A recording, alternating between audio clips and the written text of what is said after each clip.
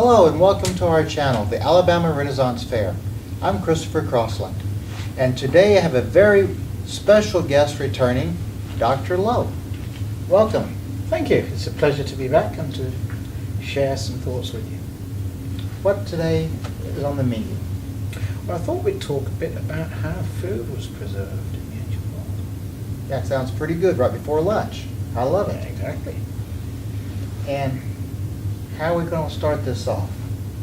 Well, the big problem in the ancient world, of course, is we don't have refrigeration. So how do you preserve your food? That's what I was wondering. How does this work? How do we preserve it? What types of methods do we have? Is it just one or several? Well, there are several ways. The Romans did use a primitive form of refrigeration. There is a reference in a medical writer by the name of Galen to preserving fish in snow. But of course, if you're in southern Italy, how feasible would that have actually been? So probably more commonplace is eating your food fresh, or drying, or curing, or salting it. Now these are particularly problems with fish, because fish spoils so quickly once it's brought out of water.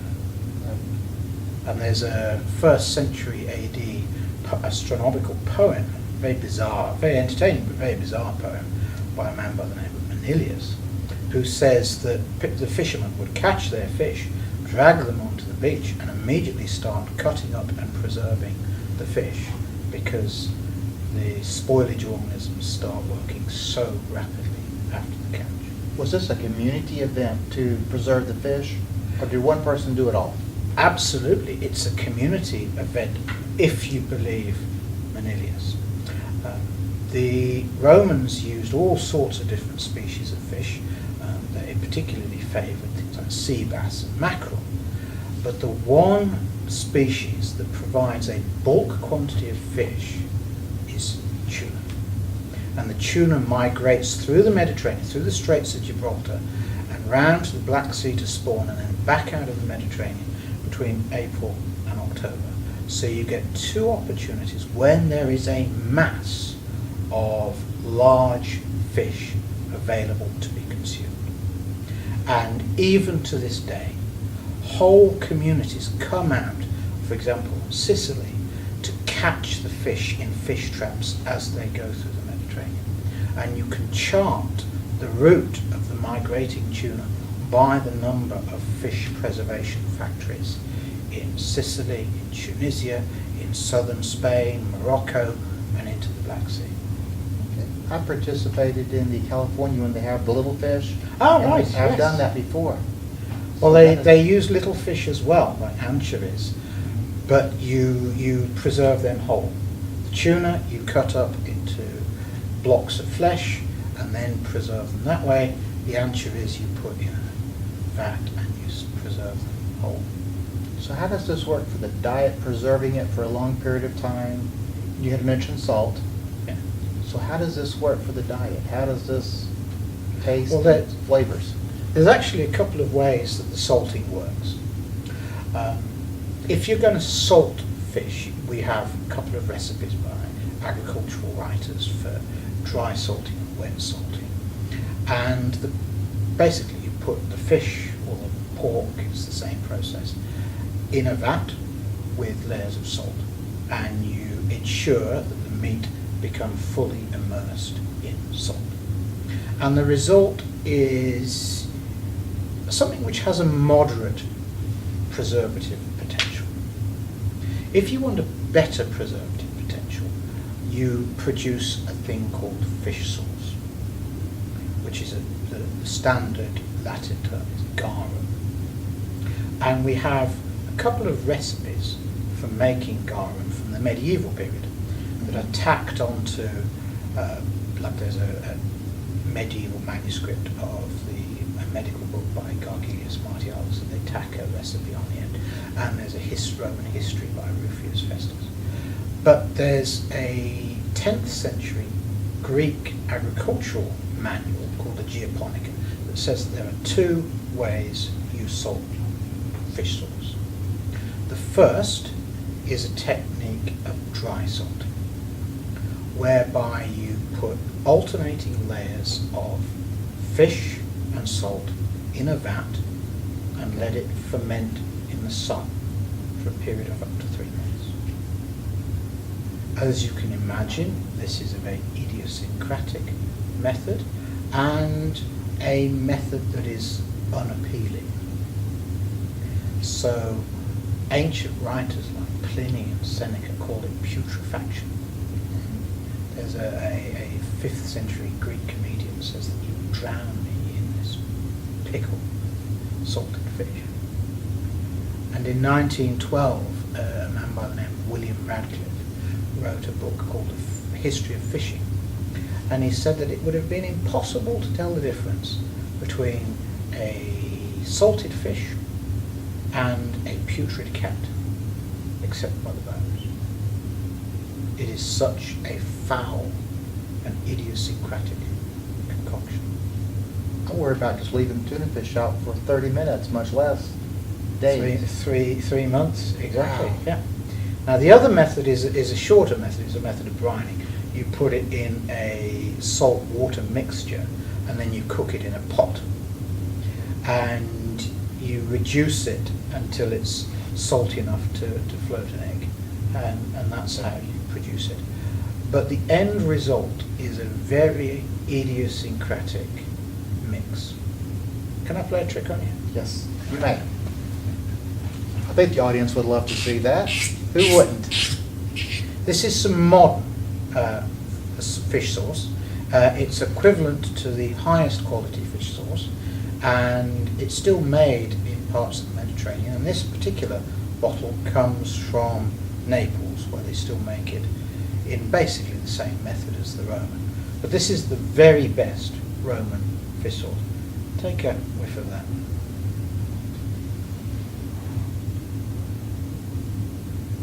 Think of sardines. Opening up the can, that's the first thing I think of. So that's what you think it smells like? Okay. To me, that's the salty flavor, Yeah. the fishy smell.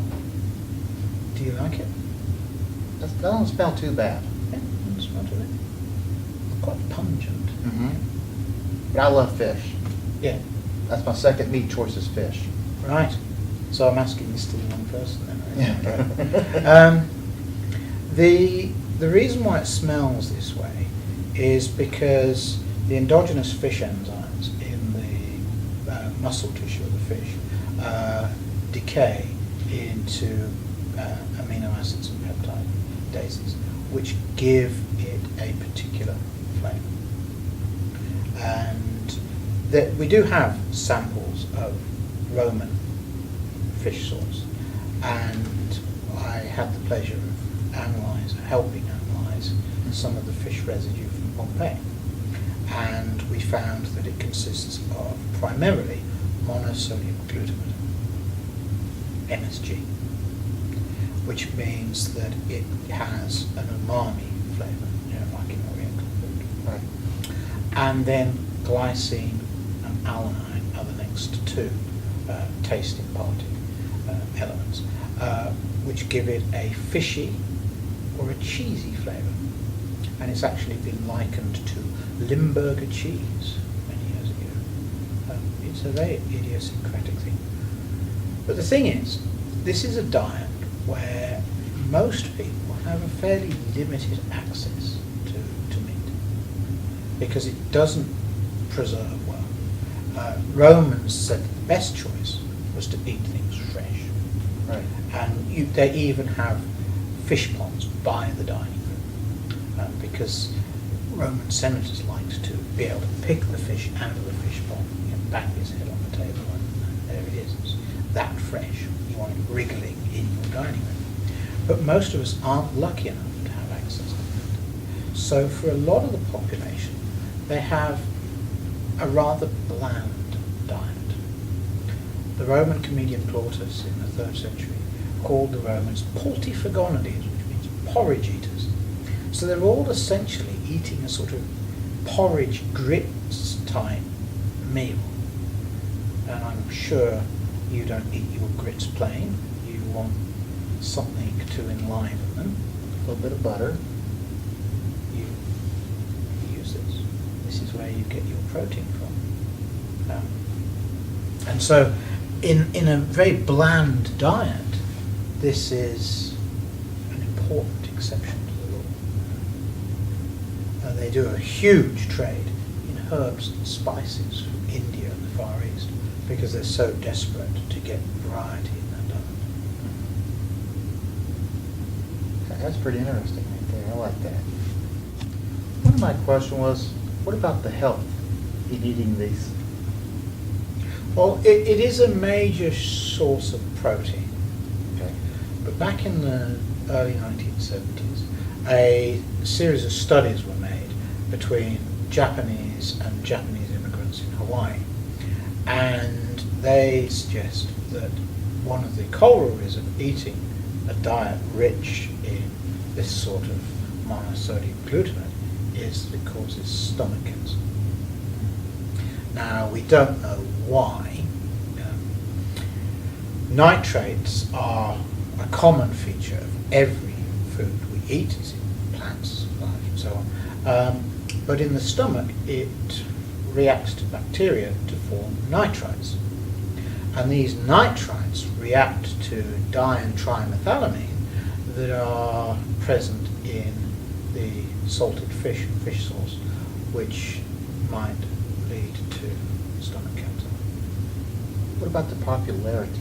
Because the smell did not bother me. Yeah. So I'm very, I love fish, grew up eating fish and chips. It was very normal. So unfortunately, the smell did not bother me. So what about the popularity of this, then and today? Well, the same sources, the same Roman writers that say that this is horrible and smells foul and it's putrefaction, then go on to say it's expensive and that they love it. So it's how much of this is moralizing and how much of it is true. Now, we do have papyri from Egypt, for example, that tell us that it was supplied by, for example, the Nome of Theodelphia to the army of the Emperor Probus in 283 AD when he was in Alexandria. There's even kosher garum on Masada. So it's being consumed by a whole range of different demographics. The Emperor Heliogabalus, who's a notorious 3rd century emperor, he's as bad as Caligula in Roman history, was slandered because he served watered down garum at his banquets, which was considered the food of ordinary people. So it's found by everybody. When you go to Pompeii, they actually used a very specific type of jug to carry fish sauce. So you can actually chart where the fish sauce was marketed without actually having the remains of the fish itself. And it's found all across the city, regardless of status.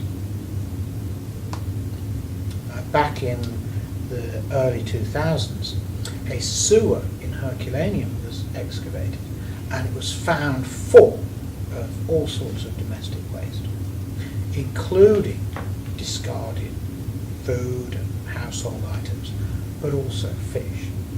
And they were exactly the sort of fish you would expect: sea bream, damselfish, pickerel, pandora, fish that are found in the Bay of Naples typically, or they migrate into the bay.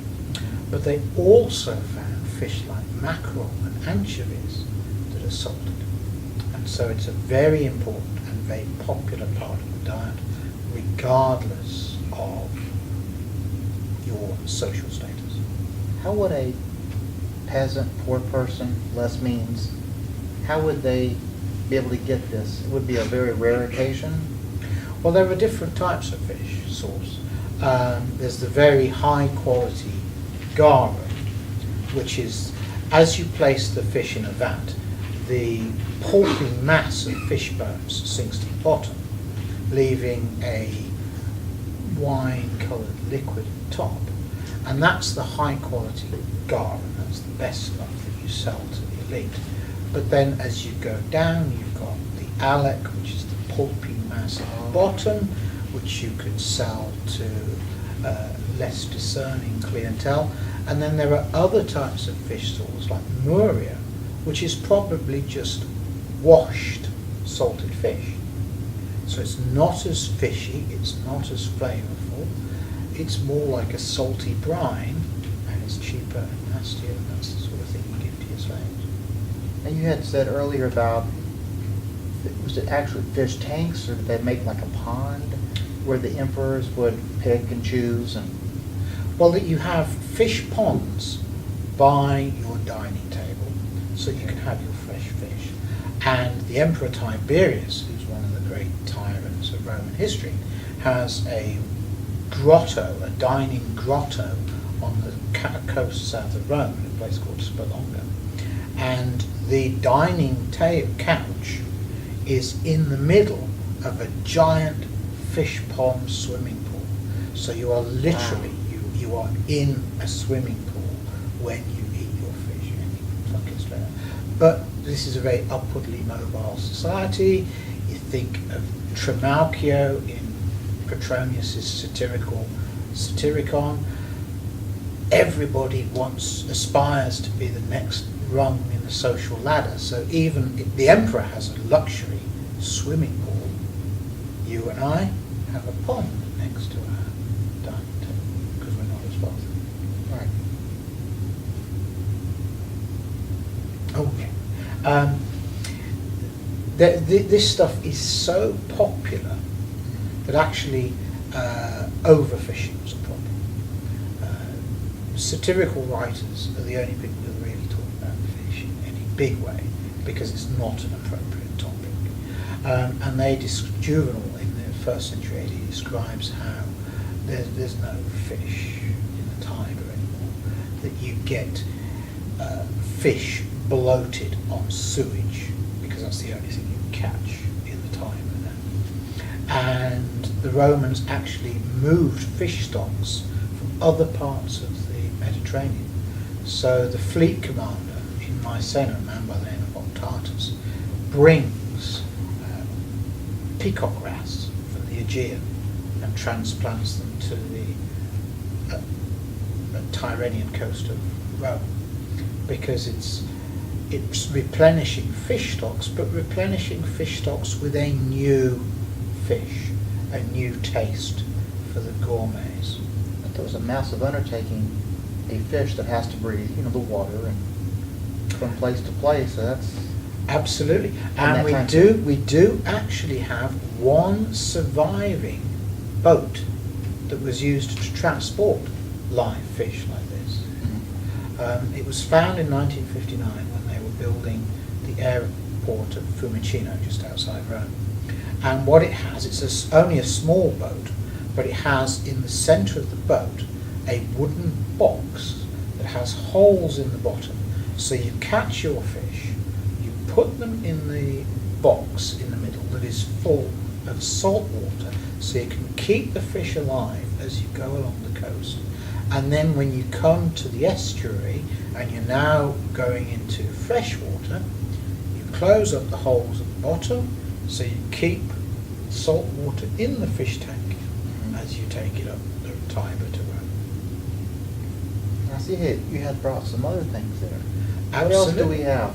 Because even though you claim to eat it very widely, it is actually still consumed throughout Southeast Asia today. It is different. The reason why it has such a bad reputation is this unique taste and smell. And it stinks for 2,000 years. There's a wonderful garum shop in Pompeii where the excavator back in January of 1961 opened up these jars of fish, salted fish residue, and he said, "Un cotto odore di pesce si espandeva nell'aria." A powerful aroma of fish came out of the fish tank after 2,000 years. And even if I open my fish sauce residue today, it still stinks. the Roman fish sauce that I have still stinks if I open it up. I'm ready. I'll take a smell. This won't stink very much now because it's been opened a few times in recent months, and so the aroma has gone. So you might not smell anything. A little bit, I did. But this is 2,000 years old. So, That's very impressive. but the reason why it's not as bad as it seems is because of the high level of salt. Now, Geoponica says a salt to fish ratio of 1 to 8, and that prevents it putrefying. It's just a very salty fish puree, if you like. Now, modern fish sauces have a salt to fish ratio of 1 to 3, so they're quite different in that respect. They also take a lot longer to produce. They produce between 6 and sort of 12 months, whereas the Roman stuff takes 3 months. But this is an example of Far Eastern fish sauce. It's made, there's Nampla in Thailand, Udu in Malaysia, it's made all And over. is that as strong as the others, or? Take a riff. A little different. I like the first one a lot better. Yeah. Well, the sad thing is, every Oriental meal you've had, you've consumed Right. this. Yeah. So you can't claim Not had it. I like the first one. It just made me think of the sardines. Yeah. And let's go get some fish and chips. Yeah. Yeah. That one, I do think of Oriental food. Absolutely. Now they did dry and they did cure fish as well, but it's much harder to detect that archaeologically because all you need to dry a meat is somewhere to hang it. So how do we detect it? And also it doesn't preserve as well, so it doesn't survive in the archaeological record. What about flies? Did the salt prevent that problem? Yes, yeah. Okay. Because it has to be covered by salt throughout, and they would put weights down on top of the mixture to ensure that the flesh is fully submerged in salt. Okay. And they also enliven the mixture by putting in herbs and spices and different types of fish. So you might make a composite sauce. So there's some salting vats have got whale bones in it, or pig bones, or there's one in Cadiz in southern Spain that's got limpet shells in it. Wow. So you can put anything you like in there and produce all sorts of varieties. And then after it's been made, you can put different things like wine in it or water. Personalized, I guess. Yeah, there's even a chickpea fish sauce, chicha Alex. Oh, man. Yeah. I am getting ready for lunch, guys. What about you? Absolutely. Thank you for joining us. We really had a great time today. Thank you. It's a pleasure as always, and I hope it's been informative. It has. We have learned a lot, and you've really made me hungry for lunch. That's the plan. Thank you for joining us, everyone. And don't forget to click the subscribe button and ring the bell. If you have any questions or comments, please leave them below, and we will answer them as soon as possible. Thank you so much for joining us today.